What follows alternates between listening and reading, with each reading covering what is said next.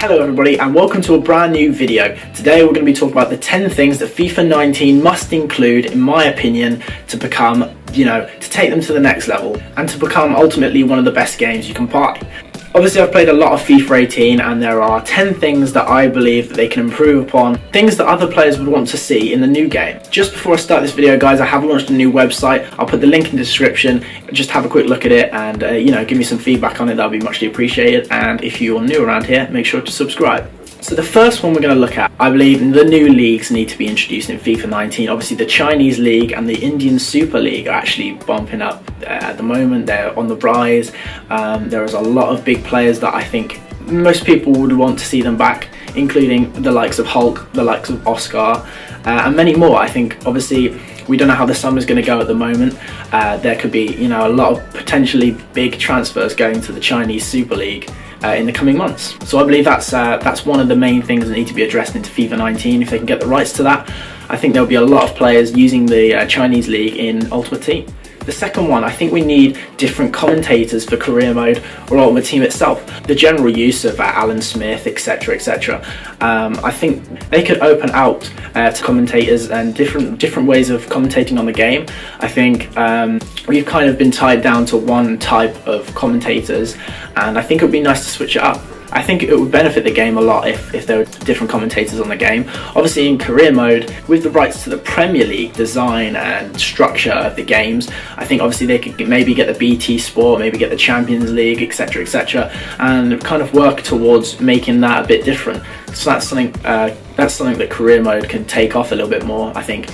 I don't think Career Mode is used as wide as FIFA Ultimate Team, but I think that's something that can actually balance it out a bit more. Number three is specifically for Ultimate Team, and it is the defender's clean sheet record. It annoys me so much when I can't see how many clean sheets my defenders have made. You're able to see your strikers' goals, your strikers' assists, but when you look back and you go to your defenders, you can see their goals and assists, and for me, that's not as interesting as how many goals they've conceded for me. Number 4 is exactly the same, but just for goalkeepers, and I think they could add penalty saves into that. I think in Ultimate Team there are a lot of penalties, and it would be really interesting to see how many goalkeepers in the game have saved a lot of pens. It would be really interesting to see how many penalties that your goalkeeper has actually saved in the game. Number 5, different weather conditions. There has been a big change in the dynamics of the game into FIFA 18. However, I don't see much use of the rain, the snow, and the windy conditions, and I think that's something that could be maybe structured around a bit more. That's something that can actually be improved upon in the game, maybe introducing puddles onto pitches that aren't as necessarily as good. Give the weather a bit more of an influence on the game is basically what I'm trying to say. Number 6, the emphasis of derby games in Career Mode. So maybe if it's Liverpool versus Everton, even if it's more lower division than that, maybe Bristol City versus Bristol Rovers, actually have more of an impact on the game, i.e. the defenders can be a bit more harsh in their tackles, maybe more yellow cards. The managers, can get a bit more confrontational, and maybe even the fans and the atmosphere can be a bit more louder, a bit more influential than usual. Number 7, bring back cups onto Ultimate Team. If you are not a fan of score battles and you're not good enough to qualify for FUT Champs, Divisions is your only method of playing on Ultimate Team, and even if you do score battles, it can get a bit boring at times. I've tried it quite a lot of times, and you have to wait till the weekend to actually play some competitive games. I know you can play divisions, but I think maybe having certain cups where the requirements are maybe a bit different. Maybe you're only allowed 1 goal player, maybe you have to have a team of a certain league, a certain club, and also bump up the market, but it'll be a good thing for Ultimate Team in my opinion. Number 8, and this is something that's been talked about a lot on YouTube, and it is the untradeable discard. So if you're doing a SBC and you get an untradeable player in it, and you've already got him in the club and he's untradeable, you cannot do anything with that. You have to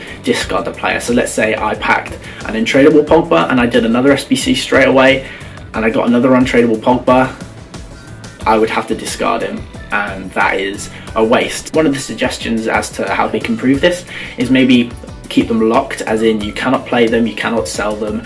You would have to literally put them into another SBC to be able to get some return on your investment. Number 9 is a personal opinion of mine, and it is to take out the chemistry styles, i.e. the Hawk, the Hunter. I believe that, I don't really use them too much, but they're meant to be giving you a bit more of an advantage over your opposition. I feel, you know, if you've got the same cards as your opponent, it shouldn't really matter. It's about how you play as a person and how you're controlling your players. Personally, it's just a thing for me. Just don't like seeing the chemistry styles in the game.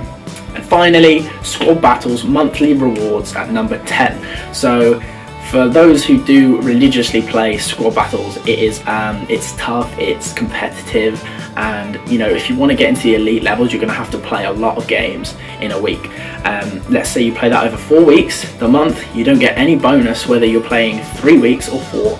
And I feel like maybe getting monthly cards that are different to the red informs that you get for the FUT champs, maybe a blue one, I'm not sure however they can do it, but maybe even a coin bonus or an extra card, I'm not sure, but that would be something that would really be good for the game. I think Squad Battles monthly rewards would be very good. Thanks for watching, guys. If you have enjoyed, leave a like on the video. If you're new, subscribe. I'll leave a few more videos up here for you to watch if you wanna have a look at them, and I'll see you guys in the next video.